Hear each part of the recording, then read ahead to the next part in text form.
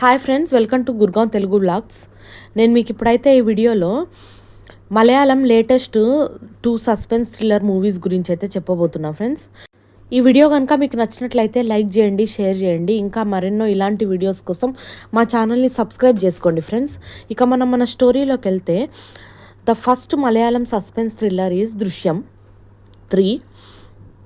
So దృశ్యం 1, 2 లాగా ఇది కూడా చాలా సస్పెన్స్గా థ్రిల్లింగ్గా ఉంటుందేమో అని మనం ఎక్స్పెక్ట్ చేస్తాం. కానీ ఫస్ట్ హాఫ్ అంతా కూడా ప్రతిసారి మోహన్ లాల్ గిల్టీగా ఫీల్ అవ్వడము, ఇన్ఫీరియారిటీ కాంప్లెక్స్ ఫీల్ అవ్వడము, తను చేసిన తప్పుని తలుచుకొని తన ఫ్యామిలీ మీద ఎఫెక్ట్ తలుచుకొని ఫీల్ అవ్వడము, మళ్ళీ వాళ్ళ డాటర్స్ కూడా ఒక ఫియర్లో బతకడము, వాళ్ళు పదే పదే సైకాలజిస్ట్ని కలవడము, కౌన్సిలింగ్ తీసుకోవడము, మళ్ళీ చుట్టుపక్కల వాళ్ళు, వాళ్ళ నైబర్స్, వీళ్ళు వాళ్ళ ఫ్రెండ్స్, పోలీసు వాళ్ళు వాళ్ళ మీద కామెంట్లు చేయడం, దీంతో ఫస్ట్ హాఫ్ మొత్తం ఫినిష్ అయిపోతుంది.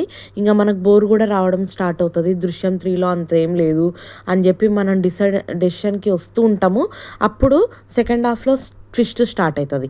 ఏంటంటే వాళ్ళ కేసు మళ్ళీ రీఓపెన్ అవుతుంది. వరుణ్ కేసు రీఓపెన్ అయిపోయి ఏమవుతుందంటే వాళ్ళు లేటెస్ట్ ఎవిడెన్సెస్ కలెక్ట్ చేసి మళ్ళీ ఇతన్ని ఇరికిద్దాము, వీళ్ళ ఫ్యామిలీని ఇరికిద్దాం అనే థాట్ ప్రాసెస్లో ఉంటారు.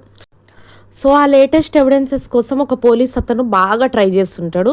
ఇతని కాంటాక్ట్స్ అన్నిటినీ, ఎవరెవరైతే ఇతనికి హెల్ప్ చేశారో ఈ క్రైమ్ హైడ్ చేయడంలో, వాళ్ళందరినీ ఇంట్రాగేట్ చేయడము, కొట్టడం, తిట్టడం, హరాస్ చేసేనా ఏదన్నా గుంజడానికి ట్రై చేయడము, ఆ ప్రాసెస్ అనేది జరుగుతూ ఉంటుంది.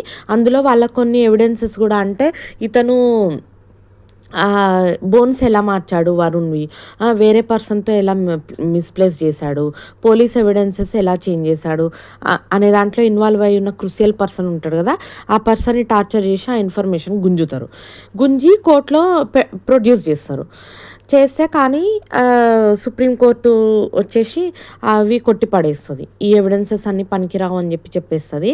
కాకపోతే వాళ్ళ మెయిన్ అంబిషన్ వచ్చేసి ఇతని పెద్ద కూతురు మ్యారేజ్ ఆపడము ఉంటుంది. కానీ మ్యారేజ్ కూడా వాళ్ళు ఆపలేకపోతారు. ఇంకప్పుడు థర్డ్ దృశ్యంలో కూడా ఇతను గెలిచిపోయాడని మనం ఫీలింగ్కి వస్తుంటాము.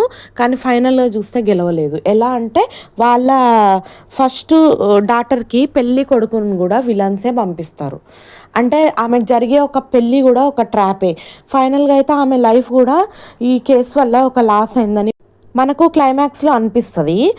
వాళ్ళ మెయిన్ అంబిషన్ ఏముంటుందంటే ఈమెని, వాళ్ళ పెద్ద కూతుర్ని ఒక కేసులో ఇరికించేసి ఫైనల్గా వాళ్ళ అల్లుడు పారిపోతాడు. అట్లా ప్లాన్ వేస్తారు. కానీ అప్పుడు ఆ లాస్ట్ మూమెంట్లో మళ్ళీ ఇతను వెళ్ళిపోయి వాళ్ళ బిడ్డను కాపాడుతాడు. దాంతో